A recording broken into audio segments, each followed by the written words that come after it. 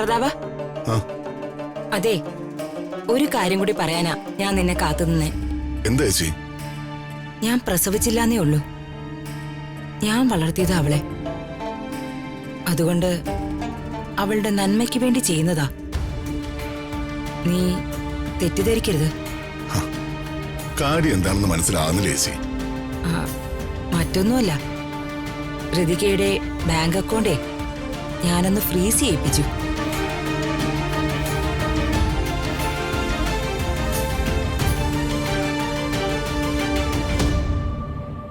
എന്താ പ്രതാപ, അതിലെന്തെങ്കിലും കുഴപ്പമുണ്ടോ? അല്ല, അത് മോശമായി ചേച്ചി. കല്യാണം കഴിപ്പിച്ച് വിട്ടോടനെ അത് ചെയ്ത് ഒട്ടും ശരിയായില്ല. ഞാനങ്ങനെ ചെയ്തതിൽ ഒത്തിരി കാരണങ്ങളുണ്ട് പ്രതാപ. 100% അതവളുടെ ഭാവിക്ക് വേണ്ടിയാ. എന്തായാലും അതിന്റെ ആവശ്യം തൽക്കാലം ഉണ്ടായിരുന്നില്ല. എന്തേലും ഒരു ആവശ്യം അവൾക്ക് നേരിട്ട അവൾക്ക് രാജുവിനെ ഡിപ്പെൻഡ് ചെയ്യേണ്ടി വരില്ലേ? അവളുടെ അക്കൗണ്ട് നമ്മൾ ഫ്രീസ് ചെയ്തിരിക്കുന്ന കാര്യം രാജു അറിഞ്ഞ നമുക്കല്ലേ ചേച്ചി നാണക്കേട്? അവള് ഒന്നും ഇല്ലാത്തവളൊന്നുമല്ലല്ലോ. ഈ കാണുന്ന സ്വത്തും സൂര്യമംഗലത്തെ സ്വത്തൊക്കെ അവൾക്കുള്ളതല്ലേ? കോടീശ്വരി അവള്. ഇപ്പോ സ്വന്തം മൊബൈൽ ഫോണിൽ റീചാർജ് ചെയ്യണമെങ്കിൽ അവൾ എന്ത് ചെയ്യും? നമുക്ക് നാണക്കേടയച്ചി.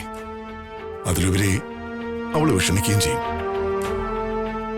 അത് ശരി, അവള് വിഷമിക്കുന്നതൊക്കെ ഇപ്പൊ നിനക്ക് പ്രശ്നമാണല്ലേ? ഞാൻ ശരിയാക്കി തരാം.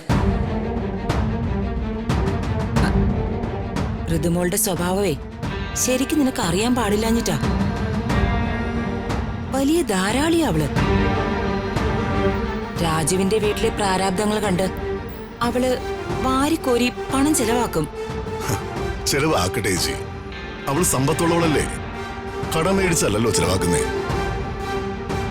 നിനക്ക് കാര്യം മനസ്സിലാവുന്നില്ല. പണം വാരിക്കോരി ചെലവാക്കിയല്ല മറ്റുള്ളവരുടെ മനസ്സിൽ ഇടം പിടിക്കേണ്ടത്. അത് നല്ല പെരുമാറ്റം കൊണ്ടും സ്വഭാവ മഹിമ കൊണ്ടുവാ.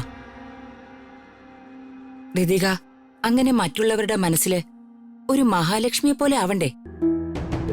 അതിനിപ്പോ അവിടെ എന്താ ചേച്ചി പ്രശ്നം? രാജുവിന്റെ വീട്ടിലെ എല്ലാവർക്കും ഋതിക ഇഷ്ടമല്ലേ? ഇഷ്ടമൊക്കെ തന്നെയാ.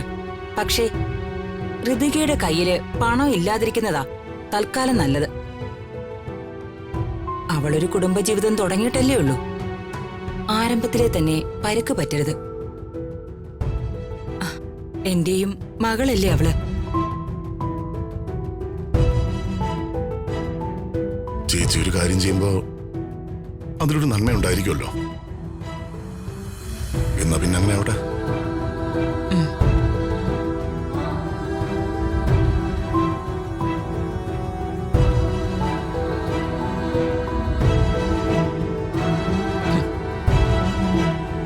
ഇപ്പൊ മനസ്സിലായോടാ?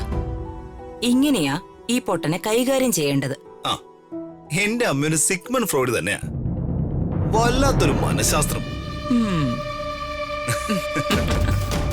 അകലേ നോവിനാലേ